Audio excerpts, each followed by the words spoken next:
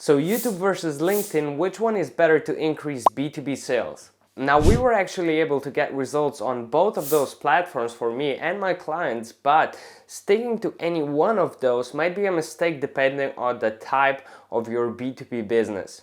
So in this video, I'm going to show you how they both compare to each other, how YouTube is different than LinkedIn, and also the process we'll be using to make them work together to get even more sales come in to our business and to our clients' businesses. Now, for starting out a business, LinkedIn is by far a better platform. In fact, when I started my agency, we got all of our clients doing DM outreach. The first 4 of our clients actually we got in the first 2 months of DMing people on LinkedIn and offering them our offers. So the first pro of LinkedIn is you can get basically immediate results doing outbound and outreach to people. The second pro is that anybody that's interested in your offer can connect with you easily, just message you, book a call, and you can already have them in your sales process.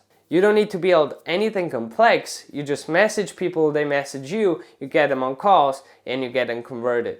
Now, the third benefit of using LinkedIn is even more interesting. So I'm going to show you an example of a journey of one of our prospects that turned into one of our clients. What happened to them is that they were searching for a video editor, and on one of their posts, somebody tagged us as an appropriate video editor for their videos. So I messaged this prospect and we got on a call, and what happened is basically our service was a bit too much for them. So we have a full service YouTube agency with design, scripts, video editing, posting, everything, and they were just searching for a video editor. On a sales call, I got them from 1 being unable to close to 10 being almost jumping in the offer. I got them to about 6 or 7 of this being useful to them. Then we scheduled a second call in about 2 weeks time, and what happened in between is I posted content every day. I posted a post every day.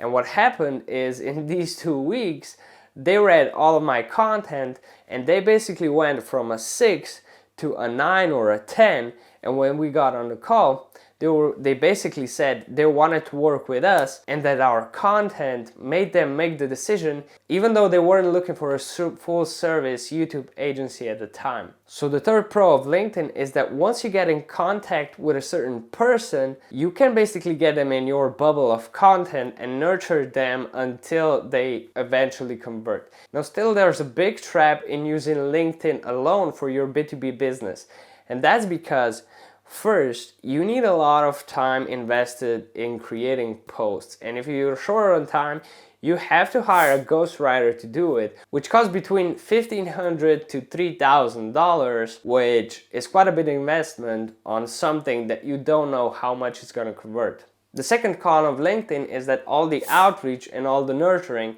is manual, so you're capped by how many messages you can send or how many connections you can make. And that makes growth of your B2B company linear, not exponential. And the third one, and this is a big one, is that you have to keep posting to be relevant. If you stop posting in about 2 weeks' time, nobody will be looking at your profile, nobody will be looking at your offer, and nobody will be looking in your website anymore. And the problem is, if you're a founder and you're the only one posting content in your company, if you get sick, if you get hit by a car, if you have an emergency, if you go on a vacation for a month or 2, your business will probably slowly start to go down, sales will plummet, leads will plummet, conversions will plummet, and when you come back, you'll have a big emergency already on your hand, just because all of your business dependent on your post, your activity, your messaging. And here's where the biggest pro of YouTube comes in. Because with YouTube, once you get your videos ranked, if you know what you're doing, the videos basically keep gaining views even though you're not posting more of them.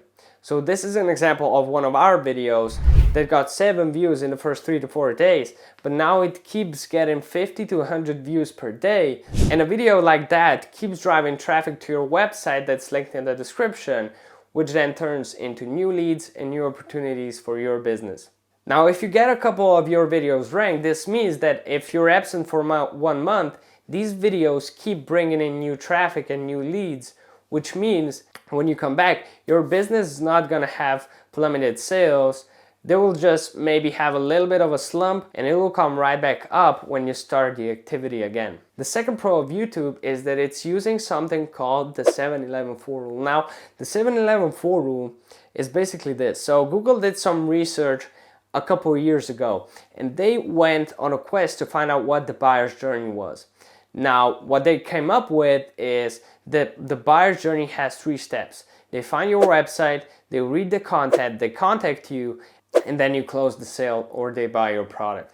What happened in the next few years is that there were so many offers and so many products that people were bombarded with that basically a 4th step came in between all those steps. And that's the 7-11-4 rule. Now, what the 7-11-4 rule says is that a person has to spend 7 hours with you on 11 separate times in 4 different locations. Now, if you think about it, how many LinkedIn posts does a person have to read to spend 7 hours reading your LinkedIn posts? It's like 800 posts. And 800 posts get written in about 3 years. Now, on the other hand, if you think about how many YouTube videos do they have to watch to spend 7 hours with you, they only have to watch about 15 to 20 videos, which can get posted in just a few months. And they can actually find you, fall into a rabbit hole of your videos and have those 7 hours filled out already in about 1 to 3 days of watching. And the third pro is YouTube just offers a lot more data on what your audience is interested in. It has the analytics. You can see in what parts of videos the people dropped off, and you can see what topics interest them and don't interest them. So this is a really key thing if you want to make data-driven decisions. Now, of course, on YouTube, the biggest con is you can't do any outreach, so you can't get immediate results. And also, gaining traction on YouTube is pretty hard because there are so many moving pieces. You have to get the thumbnail right, you have to get the topic right, you have to get the SEO right, and in the end, you have to get the video right, and it has to be interesting. And if you don't do any of those steps right, your video is probably gonna get 1 to 5 views and it's gonna tank, and all the benefits of YouTube are basically lost at that point. But the best results actually come from these 2 platforms working together and evening out their pros and cons. And we're actually building a sales process that's going to utilize both platforms to leverage both of their strong points. Now, here's the process. First, we get the people in. So it's either we do outbound on LinkedIn, we get inbound on LinkedIn, or we get inbound from YouTube. When we get the people in, we get them on a call, we talk about what their problems are, and we see what their objections are, what misconceptions they have, what worries them, and stuff like that. And what we do next is, after a call, we get them on an email sequence of YouTube videos that answer their exact objections, educate them on the offer, and solve their worries and doubts about it. Now, this does 2 things. On one hand, it solves all those objections that are preventing them from taking the offer. And on the other hand, once they watch a couple of our YouTube videos, now YouTube is going to start recommending our YouTube videos also in their YouTube feed. So now they have 3 touch points. They find us on LinkedIn, they find us in their email account, and they find us on YouTube. So we're basically everywhere. And when we get to the second call, they already have their objections solved. They watched a ton of our content, and we were basically appearing everywhere and became a lot more familiar with them. Now, if you have this sales process alone, you don't even have to have ranked YouTube videos that keep gaining views and getting a ton of traffic from that. You can just have the usual LinkedIn outbound or LinkedIn inbound and nurture it with YouTube videos.